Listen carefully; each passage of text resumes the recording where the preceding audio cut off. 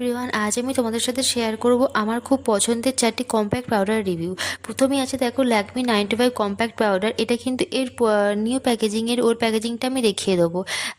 এর দাম হচ্ছে তোমার 625 আর এর নেট কোয়ান্টিটি হচ্ছে 9 গ্রামস। আর এটা কিন্তু অল স্কিন টাইপ।